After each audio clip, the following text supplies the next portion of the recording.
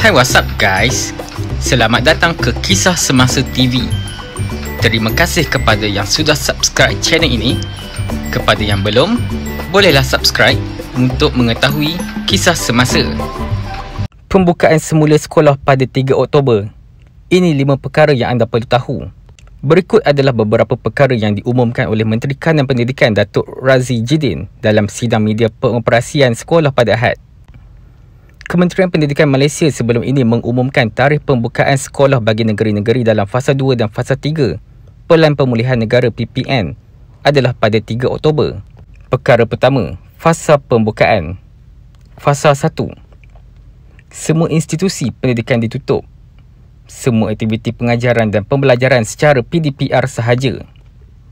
Tiada sekolah dibuka untuk negeri dalam Fasa 1, sama ada di sekolah kebangsaan atau sekolah menengah kebangsaan. Mereka akan terus melaksanakan PDPR. Bagi Fasa 2, semua institusi pendidikan ditutup kecuali untuk golongan MBK dan PPKI. Semua aktiviti pengajaran dan pembelajaran secara PDPR sahaja. Hanya kelas peperiksaan boleh ke sekolah. Untuk sekolah kebangsaan, hanya murid MBK, murid berkeperluan khas, anak-anak istimewa di sekolah kebangsaan pendidikan khas dan juga murid PPKI, program pendidikan khas integrasi, yang akan hadir ke sekolah tanpa penggiliran. Murid tingkatan 6 semester 2 dan IBD tahun 2, murid di sekolah asrama penuh, murid kelas peperiksaan antarabangsa juga akan hadir ke sekolah tanpa penggiliran. Murid prasekolah tadika swasta, pusat perkembangan minda umur 4 hingga 6 tahun serta sekolah kurang murid iaitu kapasiti kurang 150 murid juga akan hadir ke sekolah tanpa penggiliran. Bagi Fasa 3, semua institusi pendidikan di bawah KPM dibuka secara berperingkat, tertakluk kepada ketetapan KPM dan penilaian risiko. Murid berkeperluan khas MBK dan juga program pendidikan khas integrasi PPKI, sekolah rendah akan meneruskan sesi persekolahan bermula tarikh berkenaan. Bagi murid lain, mereka akan meneruskan pengajaran dan pembelajaran di rumah PDPR. Bagi sekolah menengah pula, semua murid akan meneruskan PDPR manakala pelajar tingkatan 6 semester 2 dan program pra-universiti akan hadir tanpa penggiliran.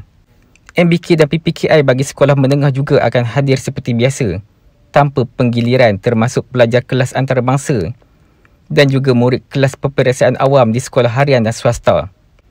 Manakala bagi Fasa 4, semua institusi pendidikan dibuka sepenuhnya tertakluk kepada penilaian risiko semasa. Perkara kedua, penggiliran murid.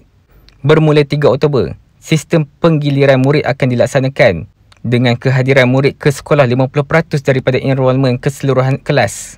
Beberapa pengecualian bagi penggiliran murid di sekolah berdasarkan murid berkeperluan khas, murid tingkatan 6 atau kelas peperiksaan, murid sekolah asrama penuh, murid prasekolah dan tadika, dan sekolah dengan murid yang tidak ramai. Perkara ketiga, pakaian. Pelajar dibenarkan memakai pakaian yang sesuai, kemas dan sopan jika pakaian seragam sekolah yang sedia ada tidak lagi sesuai dipakai. Perkara keempat, option tidak ke sekolah. Ibu bapa dan penjaga perlu menghantar surat bagi tujuan rekod pentadbiran sekolah jika memilih untuk tidak menghantar anak ke sekolah. Perkara kelima, takwim. Sesi persekolahan 2021 akan dilanjutkan sehingga ke Mac 2022. Ini bermakna murid tahun 1 pada tahun 2022 akan mula sesi persekolahan pada bulan Mac.